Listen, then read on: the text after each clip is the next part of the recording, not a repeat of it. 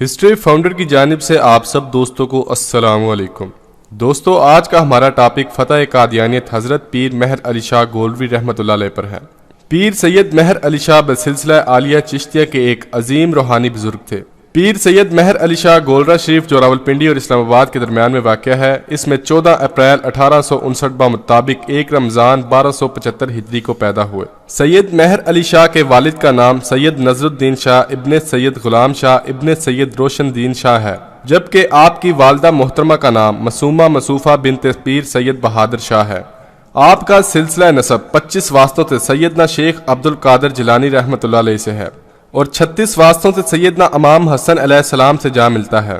آپ کے ایک ہی صاحبزادے تھے جن کا نام پیر سید غلام محی الدین گیلانی تھا اور آپ ان کو پیار سے بابو بلایا کرتے تھے۔ پیر مہر علی شاہ سے صرف 4 سال کی عمر میں پڑھنا شروع کر دیا اور ناظرہ قرآن مجید پڑھنے کے لیے آپ کو خانقاہ کی درسگاہ میں اور اردو فارسی وغیرہ کی تعلیم کے لیے مدرسے میں داخل کر دیا گیا۔ قوت حافظہ کا یہ عالم تھا کہ قرآن مجید کا سبق روزانہ آپ حفظ کر کے سنا دیا کرتے تھے۔ جب قرآن حکیم ناظرہ ختم کیا تو اس وقت آپ کو پورا قرآن کریم حفظ ہو چکا تھا۔ عربی، فارسی اور صرف و نحو کی تعلیم مولانا محی الدین سے حاصل کی۔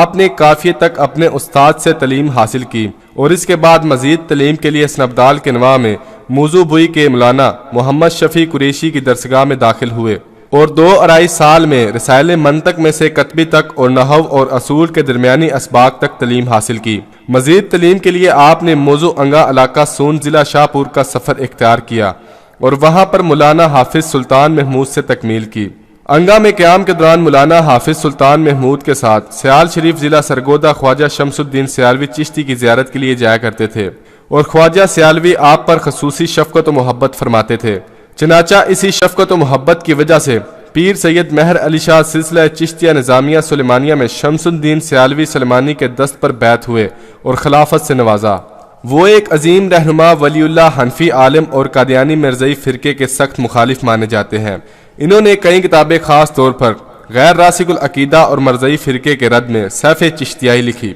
صحابہ کرام علیہم الرضوان کے دور کے بعد پہلی صدی سے لے کر آج تک ہر زمانے کے اور پوری دنیا اسلام اور ہر ملک کے علماء اسلام ہر ایک مسلک سے تعلق رکھنے والے مسلمان اس عقیدے پر متفق ہیں کہ حضرت محمد صلی اللہ علیہ وآلہ وسلم کے بعد کوئی شخص نبی نہیں ہو سکتا، اور یہ کہ جو بھی اس منصب کا دعویٰ کرے یا اس کو نبی مانے وہ کافر ہے اور خراج از ملت اسلام ہے۔ بعض لوگوں کے اذہان میں یہ سوال ابھرتا ہے کہ عیسیٰ علیہ السلام قرب قیامت میں نازل ہوں گے تو پھر حضور صلی اللہ علیہ وآلہ وسلم آخری نبی کیسے ہوئے؟ علامہ زمخشری صاحب تفسیر کشاف اس کا جواب دیتے ہوئے فرماتے ہیں کہ آپ علیہ السلام کا آخری نبی ہونا اس معنی میں ہے کہ حضور صلی اللہ علیہ وآلہ وسلم کے بعد کوئی نبی نہ مانا جائے گا، اور عیسیٰ علیہ السلام ان لوگوں میں سے ہیں جو آپ صلی اللہ علیہ وآلہ وسلم سے پہلے نبی بنائے جا چکے تھے، اور جب وہ نازل ہوں گے تو شریعت محمدیہ کے پیروکار اور آپ صلی اللہ علیہ وآلہ وسلم کے قبلے کی طرف نماز پڑھنے والے کی حیثیت سے نازل ہوں گے۔ گویا حضرت عیسیٰ علیہ السلام آپ کی ہی امت کے ایک فرد ہوں گے۔ تعجب اس بات کا ہے کہ مرزا غلام احمد قادیانی کو دنیا بھر کے مسلمانوں میں 100 سالہ کوششوں اور کاوشوں کے بعد چند لاکھ کی زاغ صفت مفاد پرست نفری نے ہی نبی مانا اور باقی 100 ارب مسلمانوں نے اس کو دجال اور کذاب قرار دیا۔ اس پر کوئی فخر کرے کہ انہوں نے اتنے عقیدت مند پیدا کر لیے اور اسلام کی اتنی خدمت کی، تو ہم گزارش کریں گے کہ تم مرزا صاحب کو اس لیے نبی مانتے ہو کہ انہوں نے چند کافروں کو کلمہ پڑھایا۔ ہم اولیاء کرام کے زمرے میں آپ کو ایسے مبلغ دکھاتے ہیں جنہوں نے ہزاروں لاکھوں کفار کو کفر کی ظلمتوں سے نکال کر ہدایت کی شاہراہ پر گامزن کر دیا۔ خواجہ خواجگان ولی ہند حضرت خواجہ معی الدین چشتی اجمیری رحمۃ اللہ علیہ نے لاکھوں مشرکوں کو مسلمان کیا۔ حضرت داتا گنج بخش علی حجویری رحمۃ اللہ علیہ کا دریائے فیض آج تک تشنگان معرفت کی پیاس بجھا رہا ہے۔ حضرت مشائخ چشت اہل بہشت اور دیگر اولیاء کرام نے اسلام کی جو خدمات سر انجام دیں، ان کے مقابلے میں ساری ضروریت مرضیہ کی تبلیغی کوششوں کی نسبت سمندر اور قطرے کی بھی نہیں۔ ان کا رہائے نمایاں کے باوجود ان حضرات نے نہ نبوت کا دعویٰ کیا، نہ مہدویت کا، نہ مسیحیت کا، نہ ذلی نبوت کا، نہ بروزی نبوت کا، بلکہ انہوں نے ساری زندگی اپنے آپ کو غلامان مصطفیٰ ہی کہا اور اسی غلامی کو اپنے لیے باعث سدا افتخار اور موجب سعادت الدارین سمجھا۔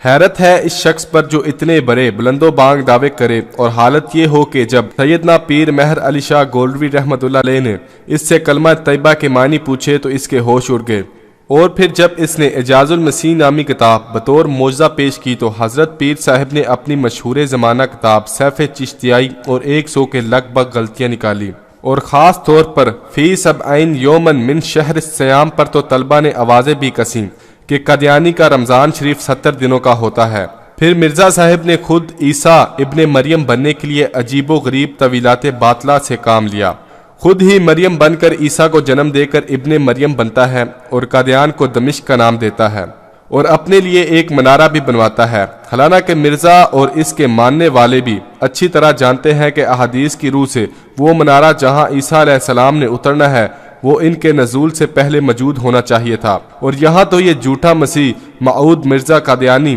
آنے کے بعد منارہ خود تعمیر کرواتا ہے۔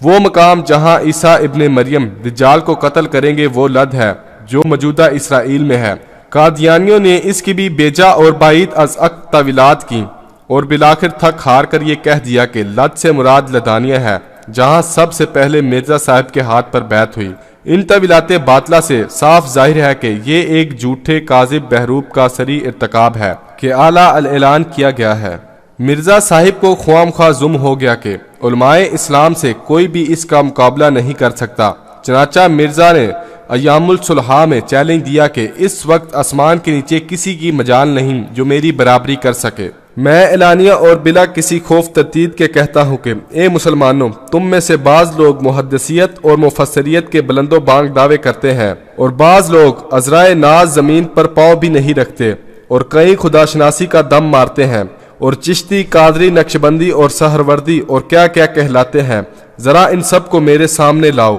پھر مرزا صاحب نے 22 جولائی 1900 کو حضرت قبلہ عالم پیر مہر علی شاہ کو عربی میں تفسیر نویسی کا چیلنج دیا،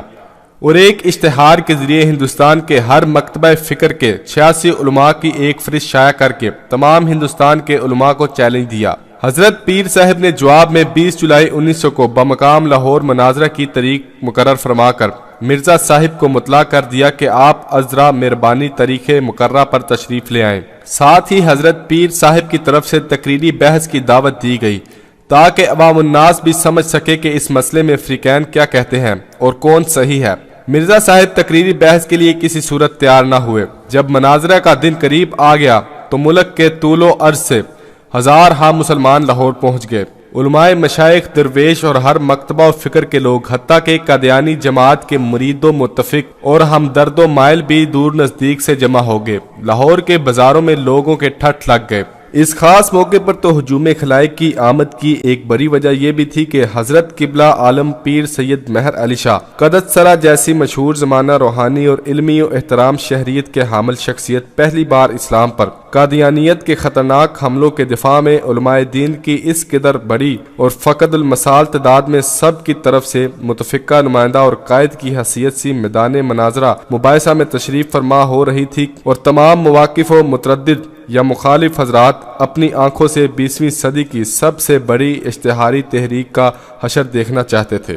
سبحان اللہ! اسلامیان ہند کی اس علمی، دینی اور روحانی قیادت کے وقت پیر مہر علی شاہ صاحب کی عمر شریف صرف 42 برس کے قریب تھی۔ انہیں فارغ التحصیل ہوئے 22 سال گزر چکے تھے۔ خلافت ارشاد کا 18واں سال تھا، اور ادائیگی حج کے بعد مسند ارشاد پر صرف 10 برس کا عرصہ گزرا تھا۔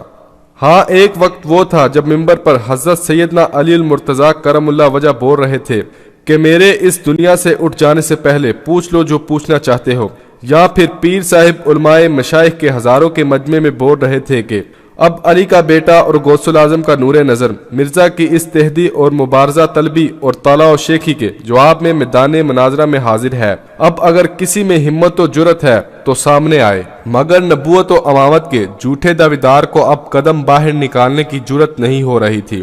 24 اگست 1900 کو حضرت قبلہ پیر صاحب علماء و مشائخ کی معیت میں لاہور تشریف فرما ہوئے تو علماء و مشائخ اور عوام نے آپ کا فقد المثال استقبال کیا۔